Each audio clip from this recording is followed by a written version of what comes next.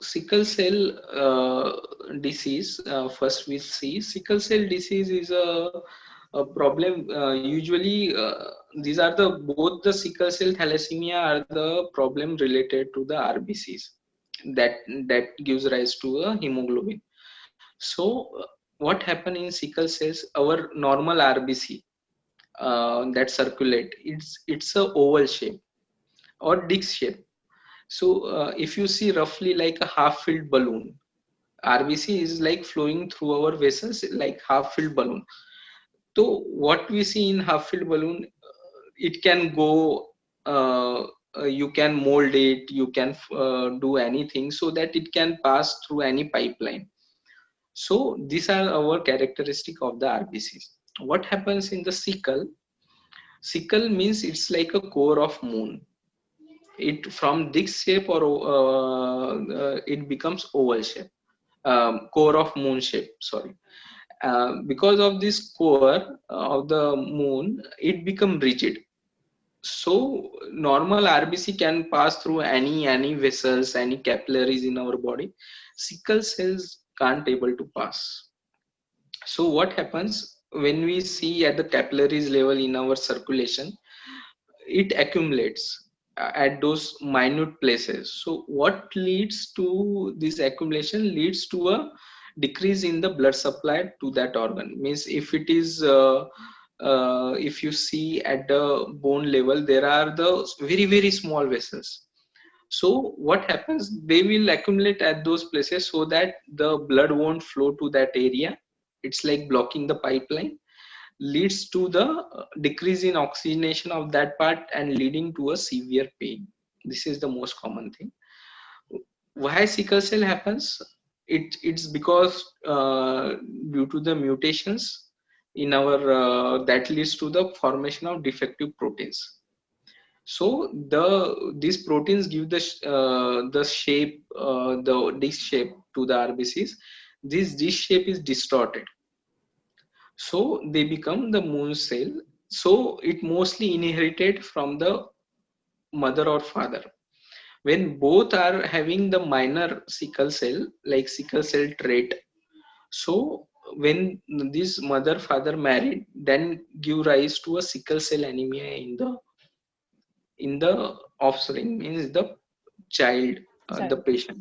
Yes. So it's very necessary when you marry, and if you know you are sickle cell trait, so it uh, you should always marry a person with a non sickle cell trait. But if it is not possible, then we have like prenatal diagnosis that can able to establish the whether the kid having the sickle cell anemia or not. According to that, we can able to manage.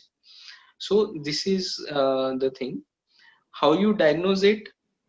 Simply on the once you see the peripheral smear, you can able to see there are the sickle cells wandering all over the peripheral smears. Second, the confirmatory test also we can do, so that we can able to assess how much is a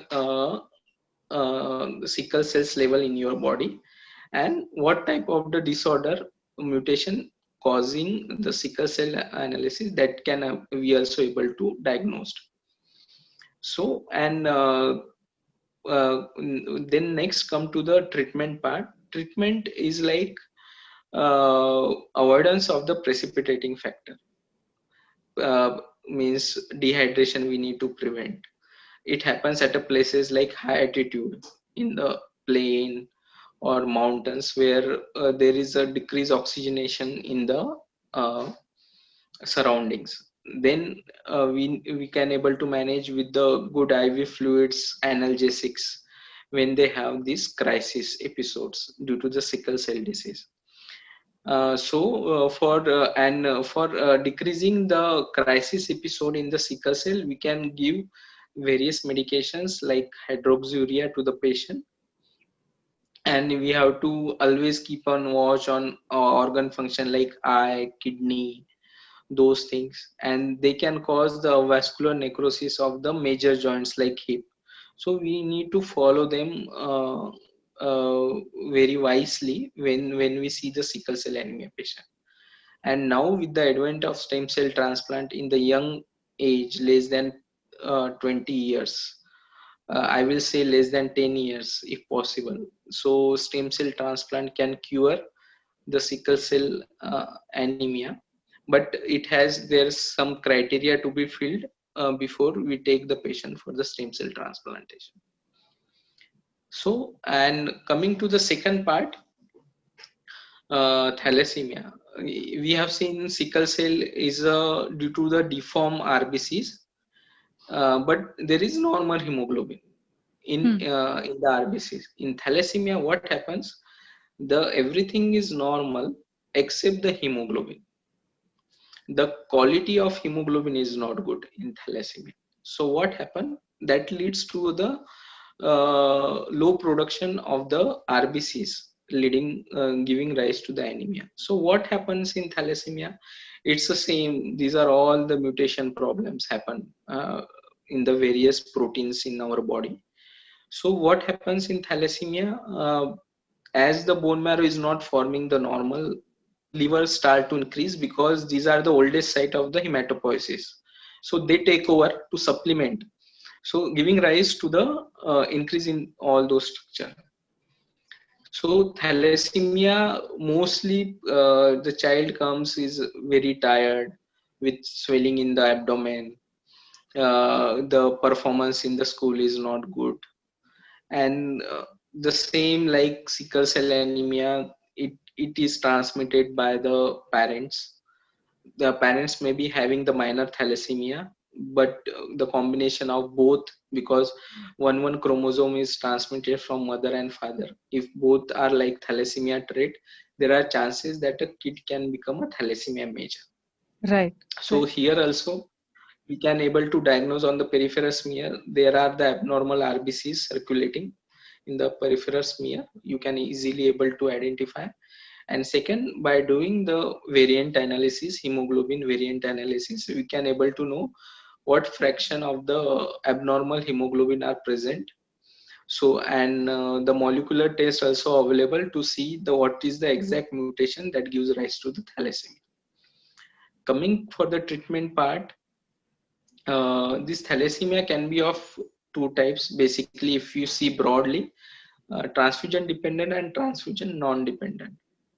So non-dependent, if we see, that can be managed with the help of the medications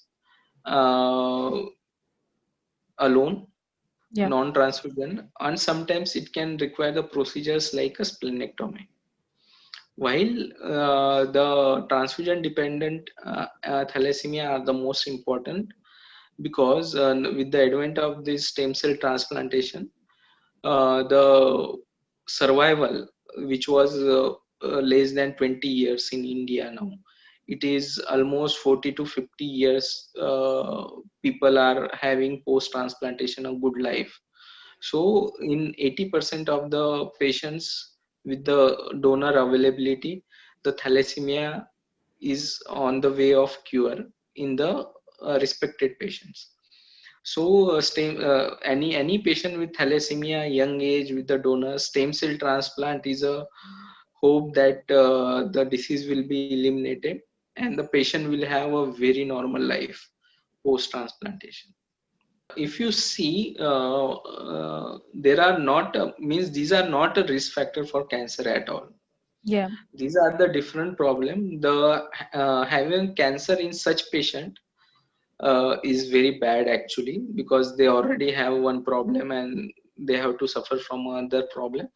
But the incidence is not more compared to the normal person. The chances of having, if you consider leukemia, is same as compared to a normal person. This condition per se doesn't lead to a cancer.